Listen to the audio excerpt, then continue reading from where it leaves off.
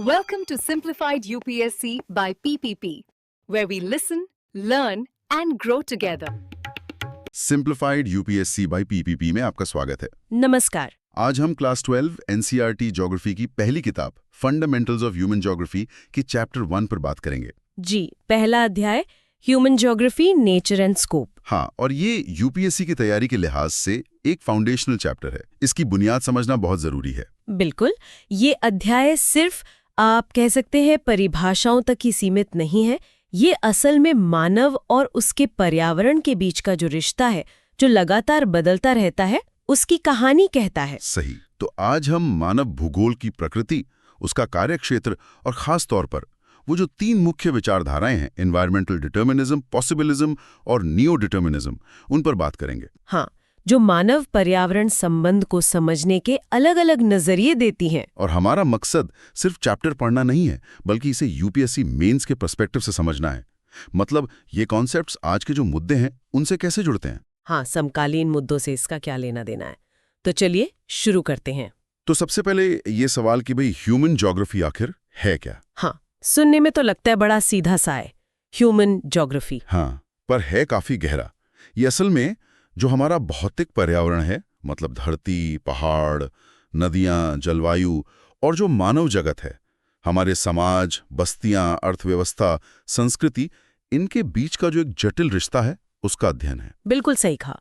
इसमें हम ये समझने की कोशिश करते हैं कि पृथ्वी पर इंसानी गतिविधियां, मतलब ह्यूमन फिनोमेना, कहाँ-कहाँ और क्यों होती हैं, उनका स्थानिक वितरण कैसा है, और ये भी कि दुनिया के अलग-अलग हिस्सों में सामाजिक और आर्थिक भिन्नताएं क्यों हैं। हाँ, क्यों कहीं ज्यादा विकास है, कहीं कम है वगैरह।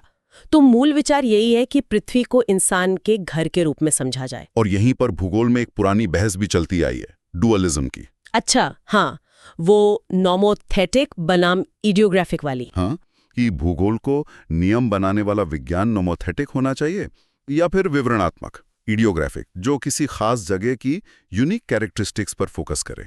और वो भी कि रीजनल अप्रोच लें या सिस्टमैटिक, मतलब किसी एक क्षेत्र का पूरा अध्ययन करें या किसी एक तत्व जैसे जनसंख्या का पूरी दुनिया में अध्ययन करें। ये बहसें रही हैं, लेकिन अब ज्यादातर भूगोलवेत्ता क्या मानते हैं? देखिए, आज आम सहमति यही है कि भौतिक भूगोल और मानव भूगोल को एकदम काट कर देखना ठीक नहीं है। प्रकृति और मानव ये अविभाज्य है, इनसेपरेबल एलिमेंट्स हैं।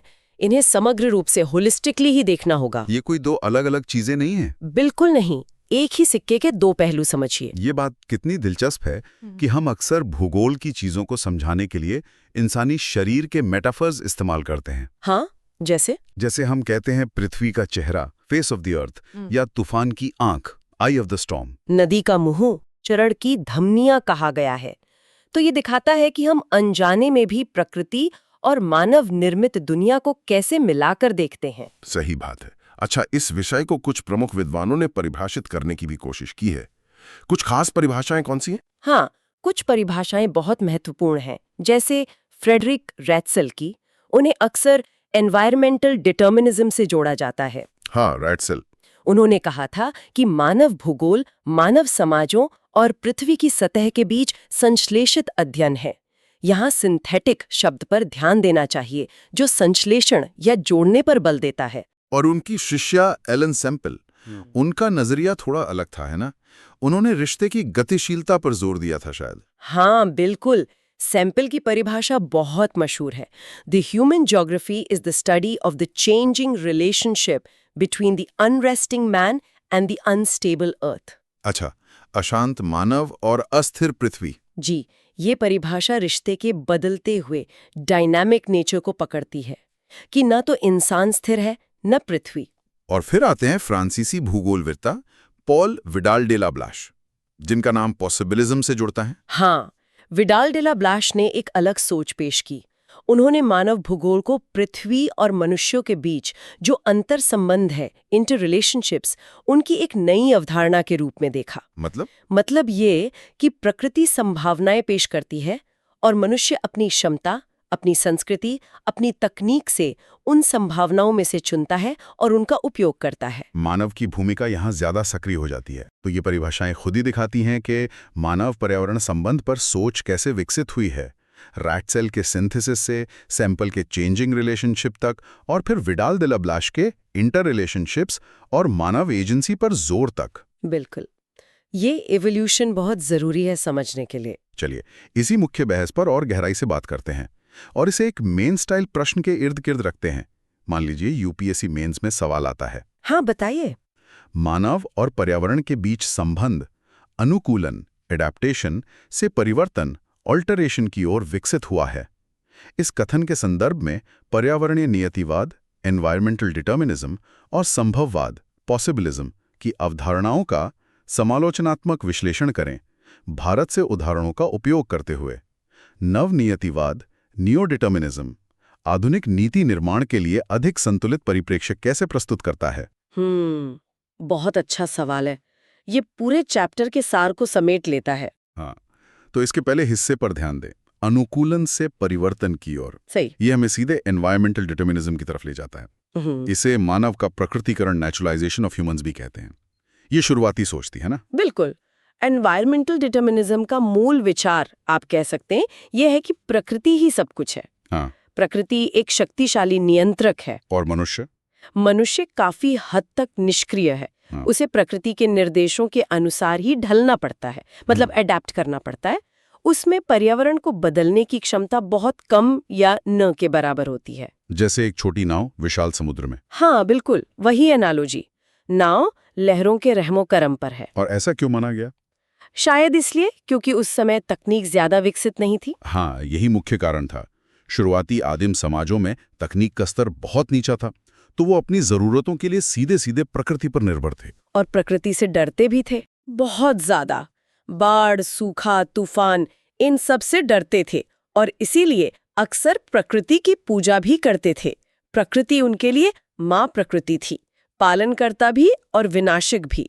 मानव खुद को पर्यावरण का एक अंग मानता था, उस पर हावी होने की सोच नहीं थी। क्या भारत से इसका कोई ठोस उदाहरण दे सकते हैं, जैसा प्रश्न में पूछा गया है? निश्चय ही।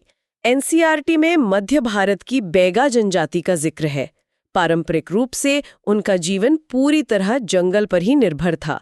भोजन, घर, दवाएं, सब कुछ।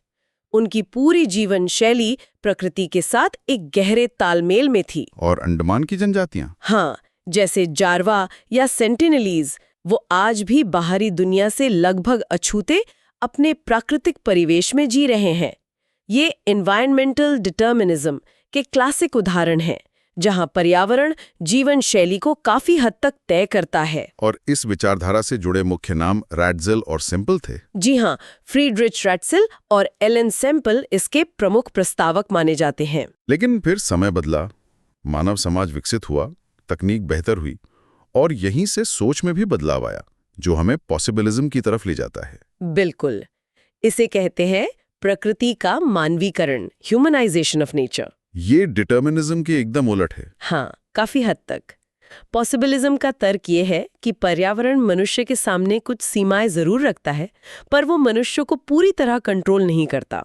तो फिर क्या करता है? प्रकृति मनुष्य के सामने कई संभावनाएं, पॉसिबिलिटीज पेश करती है और मनुष्य अपनी संस्कृति, अपनी ज्ञान, अपनी तकनीक का इस्तेमाल करके इन संभावनाओं में से चुनता है और पर्यावरण को अपनी जरूरत के हिसाब से बदलता है, मॉडिफाई करता है। अच्छा, तो यहाँ मनुष्य निष्क्रिय नहीं रहा, वो एक एक्टिव एजेंट बन गया। एकदम।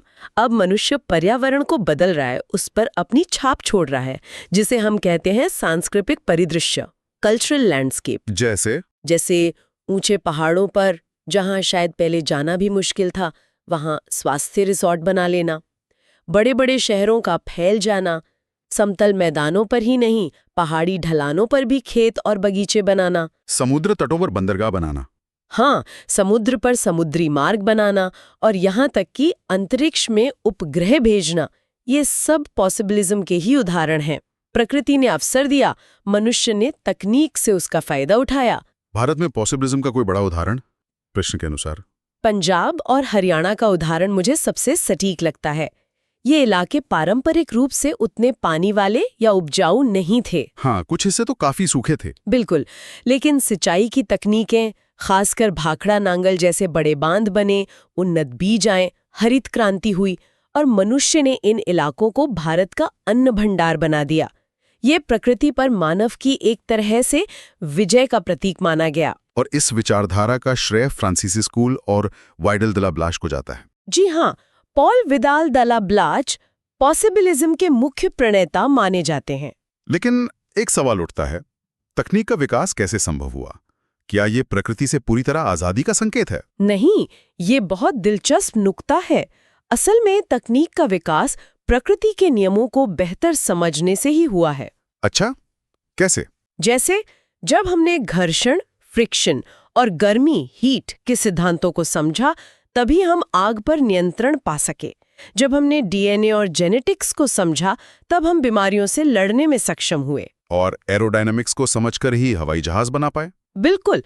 तो तकनीक हमें प्रकृति से आजाद नहीं करती, बल्कि प्रकृति को बेहतर समझकर उसकी शक्तियों का इस्तेमाल करने का जरिया बनती है।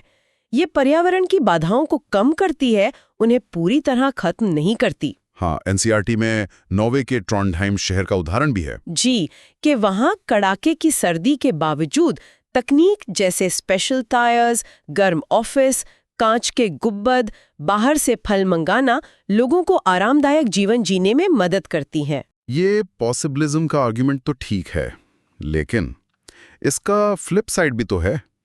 आपने पंजाब हरियाणा का उदाहरण दिया, जो पॉसिबिलिज्म का बहुत अच्छा नमूना है, पर आज हम वहाँ क्या देख रहे हैं? हाँ, बिल्कुल। गिरता भूजल स्तर, मिट्टी में लवणता बढ़ रही है, प्रदूषण बढ़ रहा है, उर्वरकों और कीटनाशकों के अत्यधिक इस्तेमाल से जैव विविधता का नुकसान हो रहा है। तो क्या ये असीमित संभावनाओं, अनलिमिटेड पॉसिबिलिटीज के विचार पर एक सवाल नहीं उठाता? बिल्कुल उठाता है। यहीं पर पॉसिबिलिज्म की सीमाएं दिखने लगती हैं।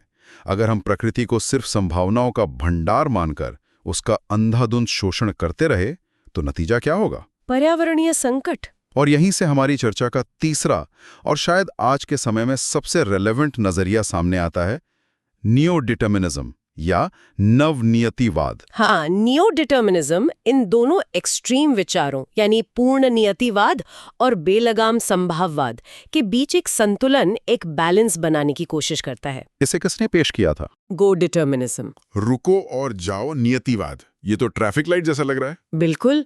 ग्रिफिथ टेलर ने ट्रैफिक लाइट की ही एनालॉजी इस्तेमाल की। कैसे? उनका कहना था कि प्रकृति एक ट्रैफिक कंट्रोलर की तरह है।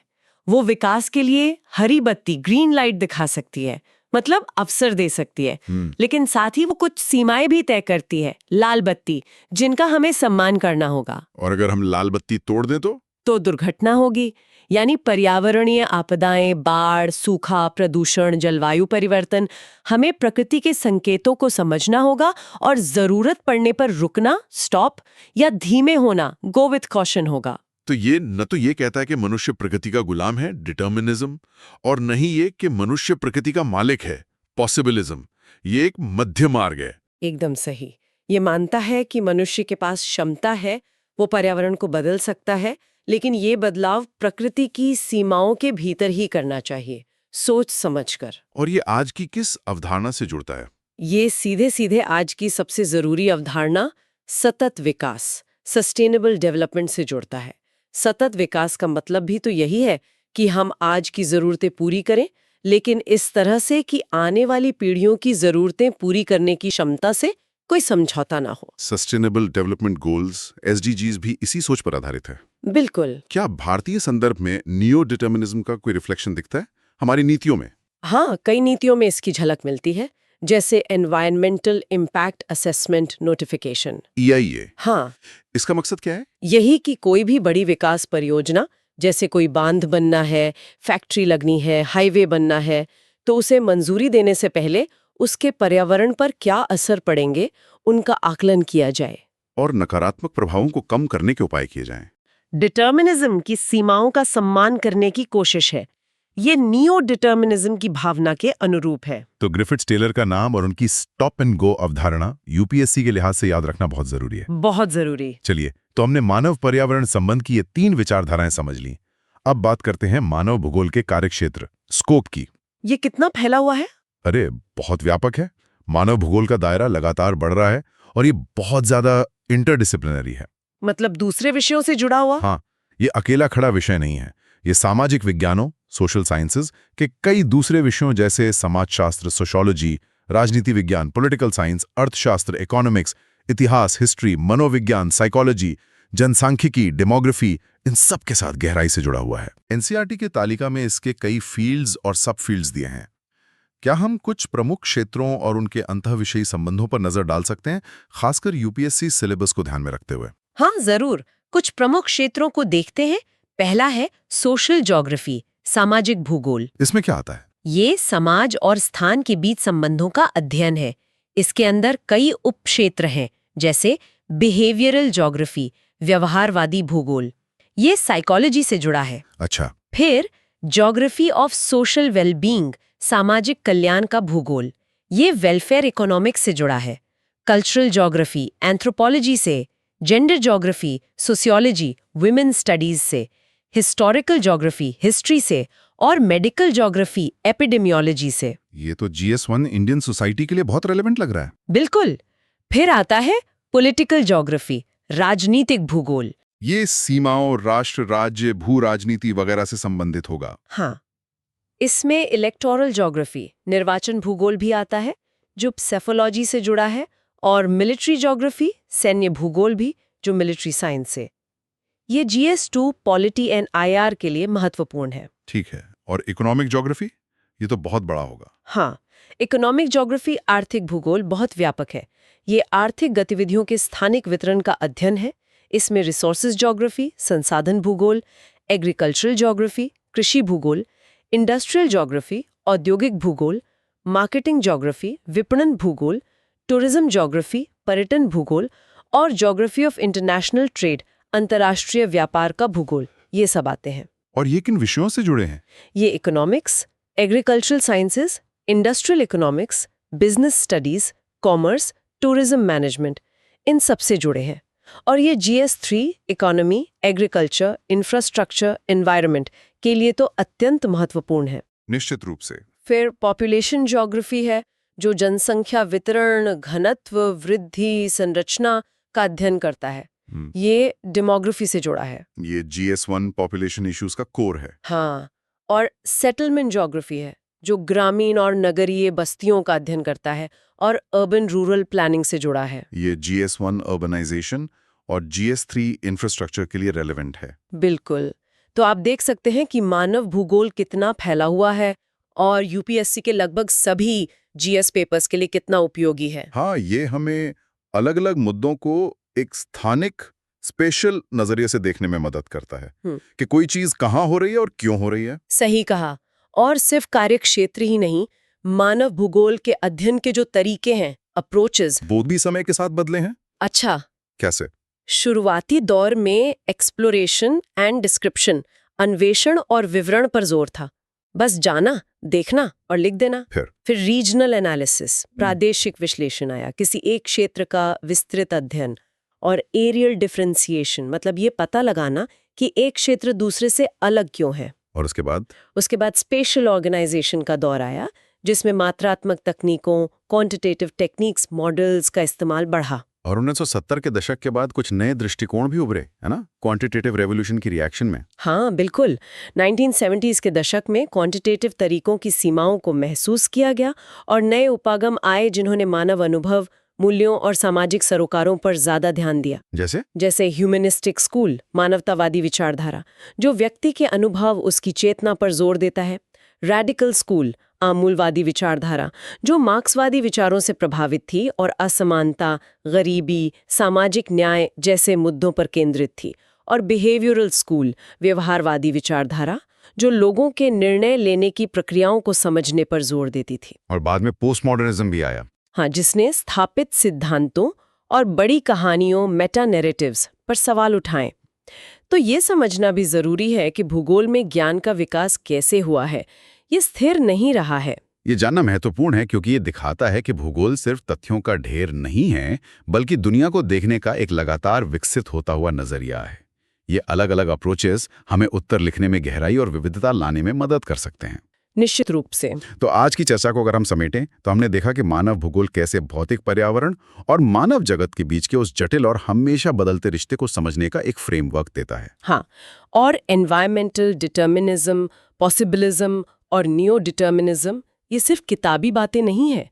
ये दिखाती हैं कि इंसान ने अपने पर्यावरण के साथ अपने रिश्ते को कैसे देखा है, और ये सोच आज भी हमारी विकास की नीतियों को, पर्यावरण प्रबंधन को और सस्टेनेबिलिटी की बहसों को प्रभावित करती है। यूपीएससी अभ्यर्थी के लिए इन कॉन्सेप्ट्स की गहरी समझ न सिर्फ भूगोल वैकल्पिक या जीएस में अच्छे उत्तर लिखने में मदद करेगी, बल्कि निबंध, एसेज और समसामयिक मुद्दों का विश्लेषण करने के लिए भी एक बहुत महत्वपूर्ण और संतुलित नजरिया देगी। ये हमें किसी भी मुद्दे के कहां और क्यों को समझने में मदद करता है। बिल्कुल, रटने से आगे बढ़कर विश्लेषण करने की क्षमता देता है। आज के लिए इतना ही, लेकिन जाते जाते एक सवाल श्रोताओं के लिए छोड़ जाते हैं। सोचिए, आज की जो बड़ी वैश्विक चुनौतियां हैं, जैसे जलवायु परिवर्तन पर अंतर्राष्ट्रीय समझौते या असहमति, या बढ़ते शहरीकरण की समस्याएं, या फिर बड़े बांधों जैसी विकास परियोजनाओं पर होने वाले विवाद, क्या हम इन मुद्दों को डिटर्मिनिज्म, पॉसिबिलिज्म और नियो डिटर्मिनिज्म के चश्मे से देखकर कुछ नई इनसाइट्स पा सकते हैं? ये भौगोलिक दर्शन हमें इन जटिल समस्याओं को समझने और शायद उनका हल निकालने में कैसे मदद कर सकते हैं। सोचने वाली बात है, जरूर सोचिएगा। सिंप्लीफाइड यूपीएससी बाय पीपीपी में जुड़ने के लिए धन्यवाद। धन्यवाद। Thanks for watching. Follow us on Telegram and Instagram. Don't forget to like, share, and subscribe.